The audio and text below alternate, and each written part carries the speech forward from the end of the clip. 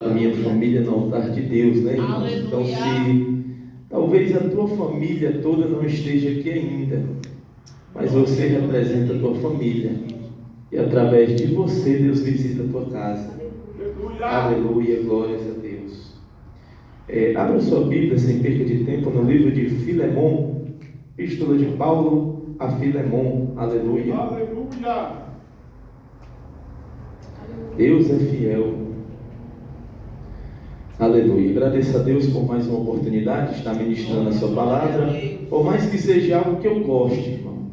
Sempre que a gente subimos aqui, a responsabilidade é grande. Você pode gostar, você pode ler, você pode buscar, mas a responsabilidade é grande. Porque nós temos que pregar não aquilo que nós queremos, mas aquilo que Deus quer falar com a sua igreja. Aleluia. E aqui nesse culto, Deus já tem falado. Glória a Deus. Deus não vai começar a falar agora, porque Deus tem falado desde a primeira oração. Glória a Deus. Cabe a mim e a você ter chegado aqui com os ouvidos atentos para ouvir aquilo que Deus tem falado conosco. Capítulo, livro de Filemon, versículo 1, glória a Deus. Versículo 1 em diante, nós vamos ler uma história muito tremenda. Aleluia. Filemon só tem um capítulo, só é uma carta, na verdade. Aleluia. Então vamos ler do versículo 1 em diante. Amém? Amém. Glória a Deus, que diz assim: Paulo, prisioneiro de Cristo Jesus, e ao irmão Timóteo e ao amado Filemon, também nosso colaborador, e à irmã Áfia e Arquipo, nosso companheiro de lutas, e à igreja que está em tua casa, graça e paz a vós outros, da parte de Deus, nosso Pai e do Senhor Jesus Cristo.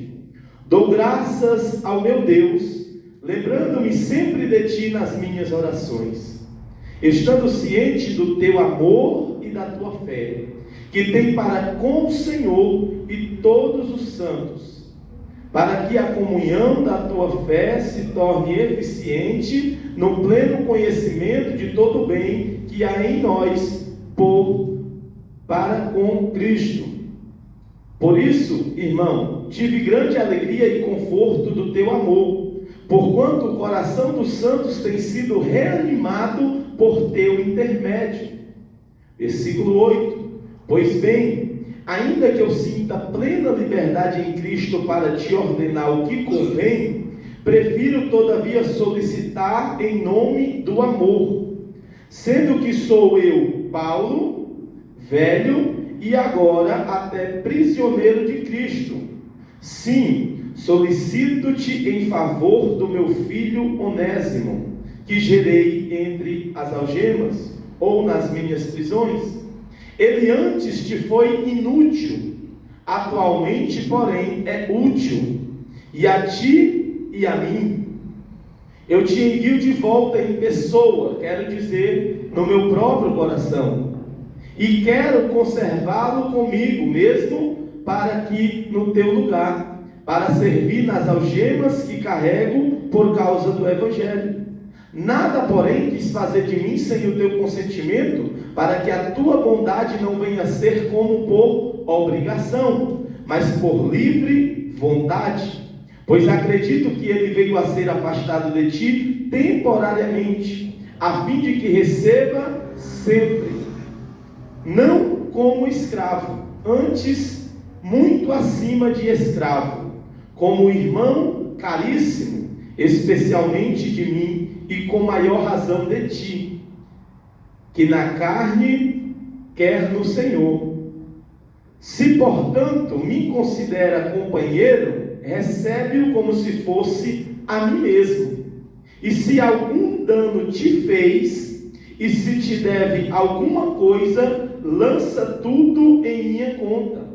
Eu, Paulo, de próprio punho escrevo, e pagarei, e não para que não te alegar que também tu me deves a ti mesmo. Sim, irmão, que recebo de ti no Senhor este benefício. Reanima-me o coração em Cristo. Aleluia, glórias a Deus. Podem sentar em nome de Jesus. Aleluia, glórias a Deus.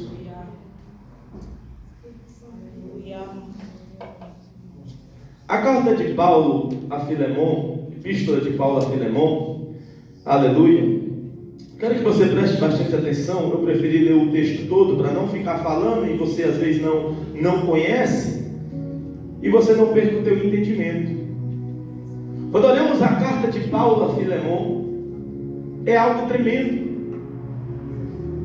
É algo que Paulo, ele traz aqui, aleluia, no versículo 1, que foi algo que me chamou bastante a atenção, que Paulo escreve dizendo: eu, prisioneiro de Cristo.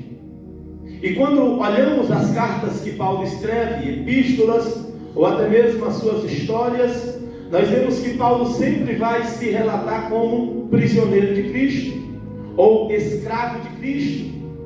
E isso me chamou a atenção, porque na verdade estar numa prisão não é coisa boa, e muito menos ser prisioneiro. Só que algo me chama a atenção nessa mensagem e nessa palavra que Paulo vai dizer: eu, prisioneiro de Cristo. Entendemos que quando alguém está preso, está sob custódia do Estado. Paulo nunca vai se remeter a prisioneiro de Roma ou a prisioneiro de algum imperador. Paulo, em suas cartas, escreve: eu, prisioneiro do Senhor.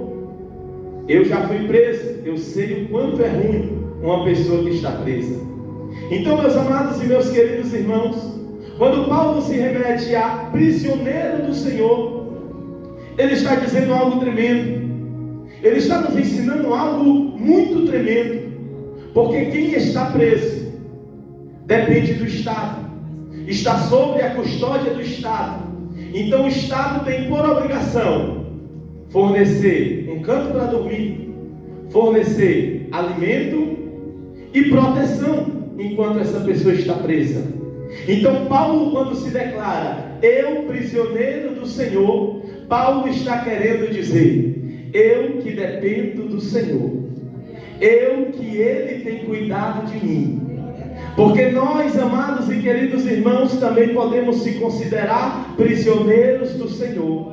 Porque quando estamos e somos prisioneiros do Senhor, nós somos dependentes dEle.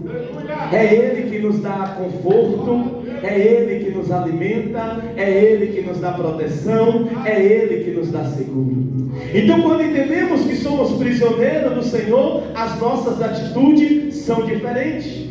Nossos pensamentos e comportamentos passam a ser outros.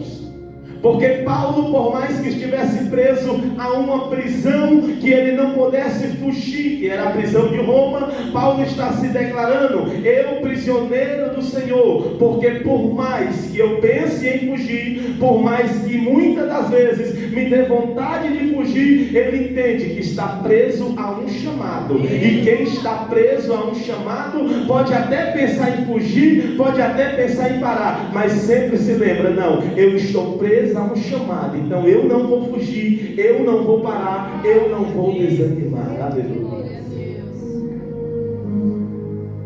Paulo está preso a um chamado. O que nós precisamos entender é que quando o Senhor nos chama, também estamos da mesma maneira. Uma prisão que não tem paredes, oh glória, mas que é uma prisão, aleluia, a um chamado. Aquilo que temos, aquilo que o Senhor nos chamou, que não podemos fugir e não podemos abandonar e não podemos deixar para trás. Paulo escreve a carta a Filemon, que era alguém muito, aleluia, que tinha amor pela obra, ao ponto de Paulo, quando escreve a Filemon, Paulo traz uma referência e saúda não só a Filemon, como a sua família e a igreja que estava na sua casa. Filemon era alguém que reunia irmãos na sua casa. E assim, meus amados e meus queridos irmãos, havia uma igreja naquele local, onde as pessoas se reuniam para adorar ao Senhor e glorificar ao Senhor. Perceba que Paulo estava preso, mas a obra continuava. Perceba que Paulo estava preso, mas mesmo assim tinha pessoas do lado de fora que continuava a obra do Senhor, pregando, ensinando e assim fazendo acontecer. É isso que nós temos que entender, que a obra do Senhor sempre vai ter continuidade. Como já foi falado aqui nessa manhã, quando Deus fala com Elias, se levanta, mas eu vou levantar outro. Ou seja, não somos insubstituíveis naquilo que nós fazemos, mas temos que entender que não é porque somos insubstituíveis que nós não temos um chamado, que não temos uma responsabilidade. Se eu não for, se eu não estivesse aqui, ia ter outra pessoa para pregar. Mas a responsabilidade, quem Deus deu, foi para mim pregar. Aleluia, se o ministério de louvor não estivesse aqui para louvar, alguém ia louvar, mas a responsabilidade é do ministério de louvor louvar. Então, meus amados e meus queridos irmãos, enquanto Pedro está preso, Paulo está preso, a igreja continua fazendo a obra. Está tendo culto em Itapevi, mas a obra continua aqui. Aleluia, e Deus conta comigo e com você para dar continuidade para essa obra. Glória a Deus. Quando Paulo ele escreve a Filemon, Paulo é muito cirúrgico e com uma sabedoria tremenda. Paulo não vai logo direto ao ponto, dizendo: olha, Filemon, eu conheci alguém aqui. Não. Paulo vai lembrando quem Filemon é. Paulo vai trazer a Filemon aquilo que ele é, aquilo que ele faz. Então Paulo vai dizendo: olha, Filemon, eu escrevo para ti e não esqueça de algo. Eu sempre coloco você nas minhas orações.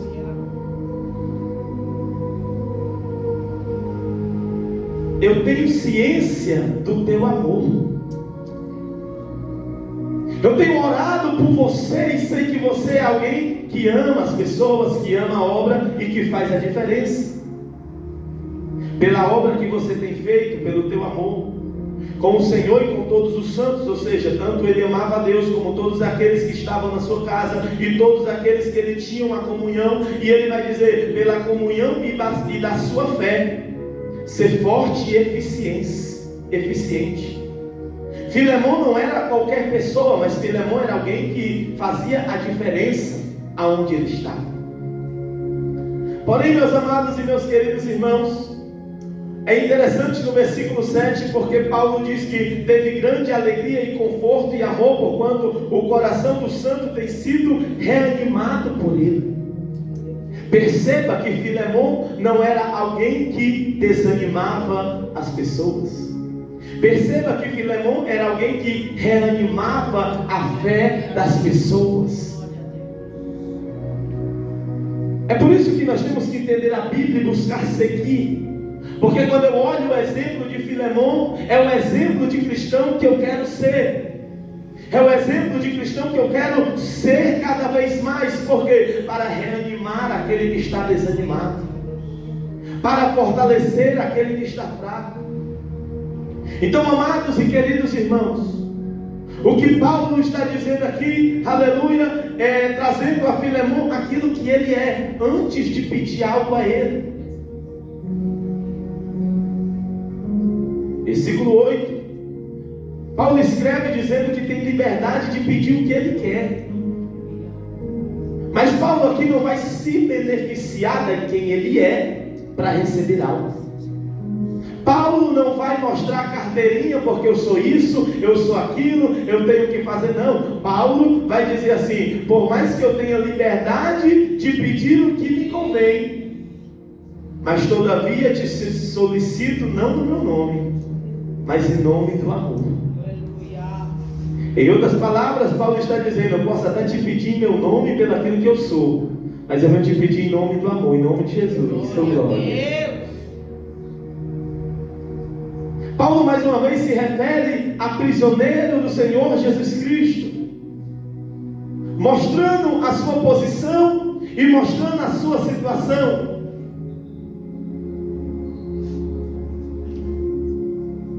Versículo 10, Paulo diz: solicito-te em favor do meu filho Onésimo, que gerei nas minhas prisões. Entra em cena um personagem chamado Onésimo. Entra em cena agora um personagem chamado Onésimo, a qual Paulo está intercedendo por ele. E quem era este homem chamado Onésimo, a qual Paulo está intercedendo por ele? Versículo de número 11, Paulo escreve dizendo: antes ele te foi inútil, mas agora ele é útil, tanto para ti quanto para mim. Quem era Onésimo? A história de Onésimo é uma poderosa narrativa de redenção e transformação, porque Onésimo era um escravo fugitivo, um escravo que fugiu e considerado inútil por alguma situação. Onésimo agora para dentro de um cárcere. Por alguma outra situação, Onésimo agora conhece Paulo, e pela vida de Paulo, Onésimo conhece a Cristo. E quando alguém conhece a Cristo, a sua vida é mudada. Quando alguém conhece a Cristo, quem era inútil se torna útil, tanto para Deus quanto para a obra. Aleluia a Deus. Onésimo, como um escravo que fugiu, e Onésimo era escravo de Filemon. Aleluia, glórias a Deus. Onésimo, quando foge, ele prejudica o seu senhor chamado Filemon. Agora Paulo está intercedendo a Filemon por alguém que um dia lhe prejudicou, por alguém que um dia não foi fiel a ele, por alguém que um dia lhe abandonou, por alguém que um dia lhe deu prejuízo. Aleluia, glória a Deus. Paulo destaca a mudança que o Evangelho faz na vida da pessoa, de inútil para útil. Aleluia. Deus transforma as nossas vidas. Aleluia. 2 Coríntios capítulo 5, versículo 17 diz: se alguém está em Cristo, nova criatura é. Aleluia a Deus. Todos aqui que estão em Cristo, um dia foi inútil,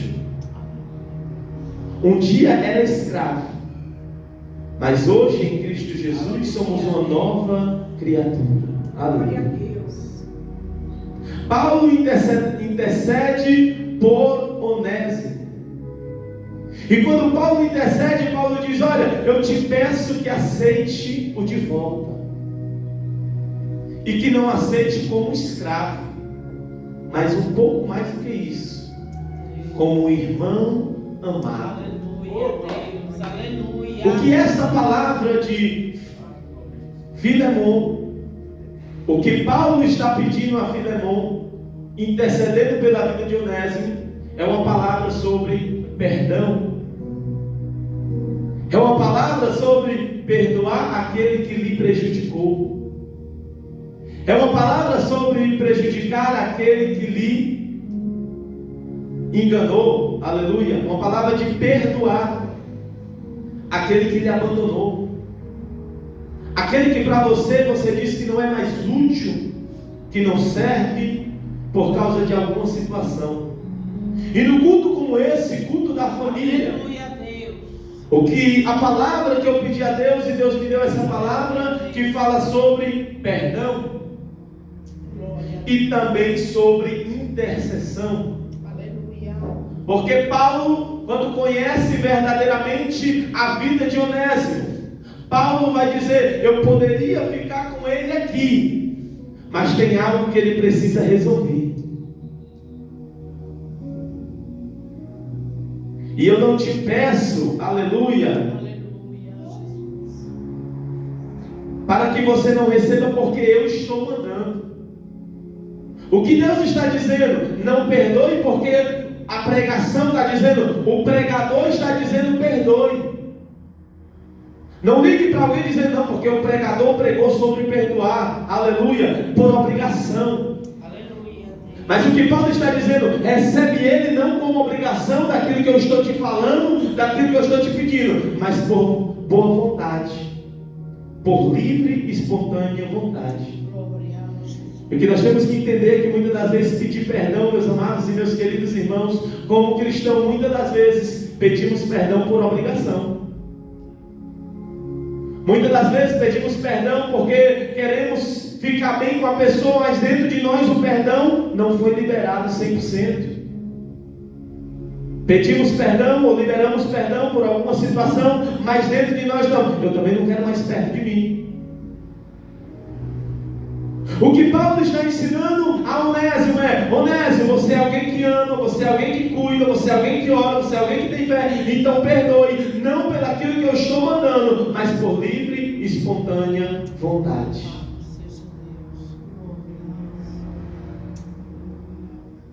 E não recebe ele como escravo.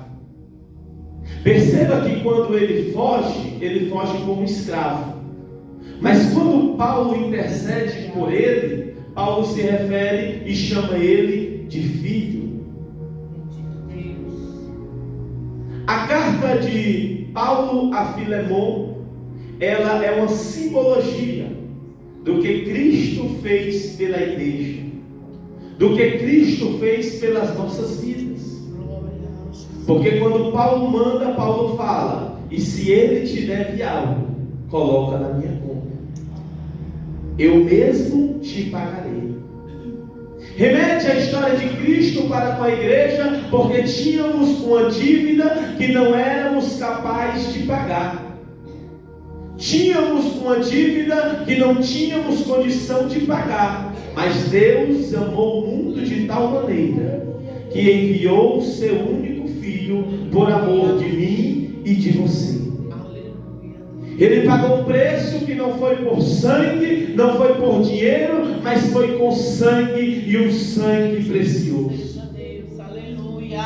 A carta de Filemon, aleluia, refere-se ao que Cristo fez pela igreja.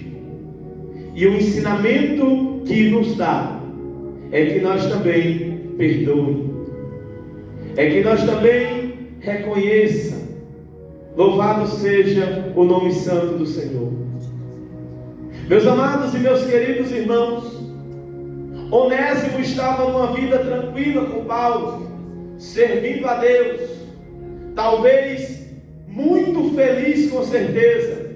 Só que agora Paulo diz: ei, tem alguma coisa que tu precisa resolver. Eu vou te mandar de volta para Filemon. Só que Filemon recebia se ele quisesse. Para você que não sabe o que aquele homem estava passando, ou o que ele poderia passar, é que a pena para um escravo que fugia não era da mais legal, não. Filemon era como se fosse dono de Onésimo. Quando alguém comprava um escravo, ele era dono. Esse tablet é meu, eu sou o dono, eu faço com ele o que eu quiser. Então, meus amados e meus queridos irmãos, Onésimo era propriedade de Filemon. Então, meus amados e meus queridos irmãos, a pena para Onésimo, se ele volta e Filemon não lhe aceita, a pena para Onésimo, se ele volta e Filemon aplica a lei, aleluia, Filemon corria o risco de sofrer uma pena severa, podendo incluir a morte, tortura ou uma marca com a letra F na testa. F de fúria, que significava ladrão. Imagina um homem que agora servia a Deus, que teve sua vida transformada, mas que tem algo para resolver lá atrás. Está dependendo agora da atitude de alguém chamada Filemon, e pela intercessão de Paulo. Perceba que Paulo poderia esconder Onésimo e dizer: não, Onésimo, eu não vou mandar. Mas Paulo entende: já que você aceitou Jesus, já que você mudou sua vida, você tem que resolver tudo aquilo que precisa ser resolvido. Se você precisa liberar perdão, libere. Mas se você precisa ser perdoado, peça perdão. E quando entendemos isso, a nossa vida muda. Paulo, como intercessor, ele nos ensina algo tremendo. Paulo, ele agora aqui procura intermediar e olhar a situação de Onésimo, sem agravar mais. Paulo prefere interceder, assim como Cristo intercede por nós. Que nós, meus amados e meus queridos irmãos, mediante esta palavra, esse ensinamento que Deus nos dá, possamos sair daqui nessa manhã como intercessores, como alguém que não aumenta uma conversa, mas que tenta apaziguar, mas como alguém que não arruma mais problema em meio ao problema dos outros, mas tenta intermediar e interceder para resolver o problema. E quando nós entendemos isso, meus amados e meus queridos irmãos, é tremendo nas nossas vidas. E Paulo, quando termina no último versículo, Paulo diz: sim, irmão, eu recebo de ti no Senhor esse benefício, reanima-me o coração em Cristo. O que Paulo está dizendo é algo tremendo, porque Paulo está preso numa situação que não era tão legal, que agora está enviando alguém que feriu a Filemon, que prejudicou a Filemon, e que Filemon agora tinha que mostrar o perdão. Então Paulo estava dizendo: reanima-me o coração, porque enquanto Paulo estava preso, muitas pessoas se desviaram do caminho do Senhor, muitas pessoas abdicaram da sua fé, muitas pessoas não quiseram mais saber do Evangelho. Mas quando Paulo está dizendo para Filemon: reanima-me o coração em Cristo, é como se Paulo estivesse dizendo: aplica tudo aquilo que você aprendeu. Eu tenho esperança que eu estou preso, mas eu sei que Deus mudou sua vida. Eu tenho esperança que enquanto eu estou aqui preso, eu sei que você é um homem de fé, um homem de Deus. Alguém te prejudicou, alguém te feriu, alguém te enganou, alguém foi embora, alguém te abandonou, mas ei, reanima-me o coração perdoando. Aleluia a Deus, glória a Deus. Reanima o coração para que eu possa saber que ainda tem evangelho de verdade. Aleluia, glória a Deus.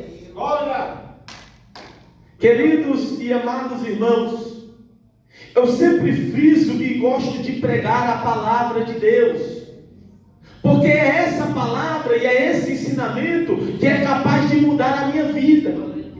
Porque quando eu entendo, e Paulo quando se descreve prisioneiro do Senhor, eu entendo que eu também um dia, você também um dia, foi um escravo, alguém que era inútil, alguém que estava preso ao pecado, mas que pela intercessão de Jesus Cristo, mudou a minha e a tua vida. Pela morte de Jesus, hoje nós somos uma nova pessoa. É por isso que quando a oração do Pai Nosso vai dizer: perdoa os meus pecados, assim como eu perdoo aqueles que me machucaram, os meus devedores. Aleluia. A palavra sobre perdão. Analise a si mesmo, aleluia,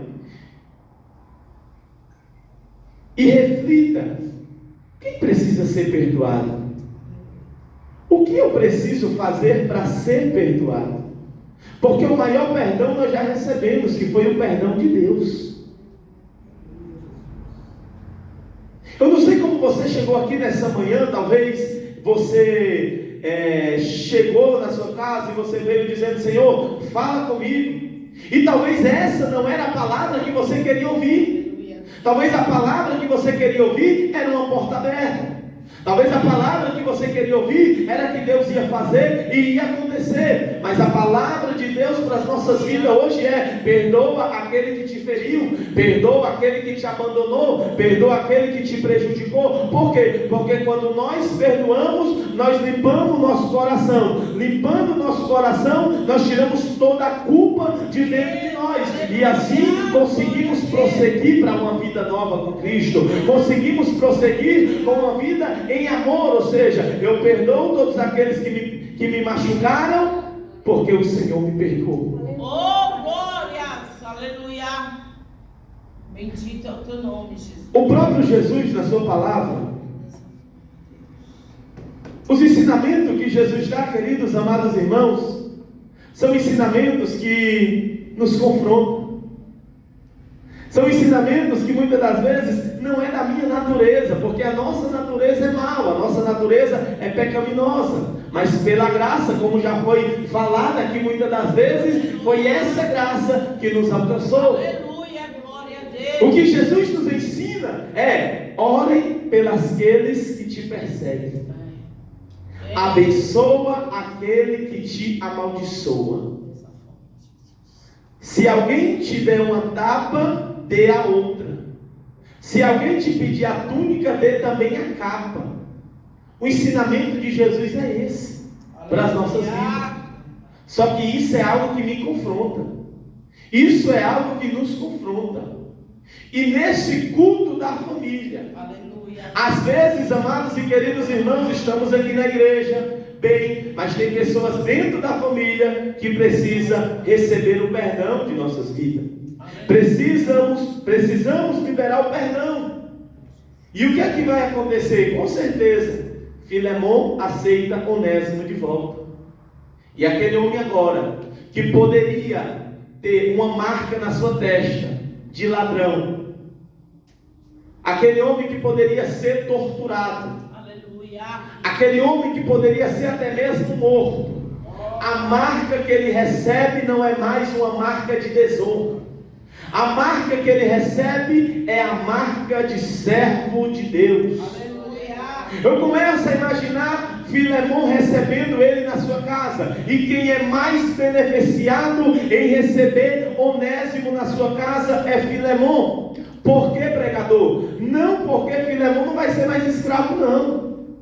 Filemon agora é recebido como irmão. Então o que é que vai acontecer? A vizinhança de Filemon, que sabia que Onésimo tinha fugido, as pessoas que viram que Onésimo tinha fugido e tinha prejudicado a Filemon, quando olha Onésimo voltando para a casa de Filemon, estão dizendo: agora ele vai ser torturado, agora ele vai pagar tudo o que ele fez. Oh, glória! Agora ele vai pagar porque ele prejudicou ele. Mas só que ao invés de Filemon ter uma atitude de torturar, de bater, de humilhar, de marcar como ladrão, Filemon o abraça. Oh, glória! Filemon o aceita de volta. E assim, meus amados e meus queridos irmãos, Filemon poderia ser conhecido pelo homem rígido, que não recebeu, mas Filemon agora ajuda mais ainda o evangelho. Por quê? Porque os seus vizinhos, sabendo que ele podia fazer e vendo que ele, ao invés de maltratar, ele abraçou, disse: verdadeiramente esse é servo do Senhor. E consequentemente eu imagino a igreja que estava na sua casa crescendo. Por quê? Porque não era pelaquilo que ele falava, mas pelaquilo que ele fazia. E quando recebe Onésimo de volta, está lá Filemon e Onésimo andando junto, pregando, visitando as famílias, fazendo a obra de Deus. Sabe o que é que eu quero dizer para você com essa palavra? E eu sinto a presença de Deus aqui, é que com aquela pessoa que te prejudicou, que te machucou, que te enganou, que te traiu, e um dia ela vai estar do seu lado, fazendo a obra do Senhor. E alguém vai dizer: mas não era inimigo, mas não se dava bem. Mas quem faz isso? É só a graça, é só a graça, é só a graça do Senhor que faz isso. Glória a Deus, aleluia a Deus, louvado seja Deus. E me lembra o filho pródigo, porque quando ele sai da casa do pai, ele gasta tudo. Quando ele volta, o pai também tinha direito de não lhe receber, porque ele foi desonrado, desonrou o pai. Mas a atitude do pai sempre é: traga uma roupa nova, traga-lhe um anel e bote no seu dedo, calce-lhe os seus pés, porque esse estava morto e reviveu, estava perdido e foi achado. E vai acontecer o que? Entra para dentro? Não, entra nada. Mata o melhor cordeiro, aleluia, o mais gordo que tiver, porque hoje tem festa. Eu aprendo que quando eu perdoo tem festa. Eu aprendo que quando eu aceito de volta tem festa. Aleluia, louvado e exaltado seja o nome santo do Senhor. Então, meus amados e meus queridos irmãos, fique de pé em nome de Jesus. Fique de pé em nome de Jesus. Onésimo foi capaz de fazer a diferença. Filemão fez a diferença na vida de Onésimo. Mas Filemão só fez a diferença na vida de Onésimo por causa de alguém chamado Paulo. Por causa de alguém chamado Paulo, que foi um intercessor. Que foi alguém que foi lá e tomou uma atitude de intermediar a situação. Então, meus amados e meus queridos irmãos, se nesse momento você tem alguém que precisa liberar o perdão, você tem alguém que você precisa ser perdoado, ou se você está bem com todo mundo, se você não precisa de perdão, ou se você não precisa ser perdoado, seja um intercessor nessa manhã. Então, se você sabe de alguma situação, de algum problema de alguém, você vai orar e nós vamos orar agora.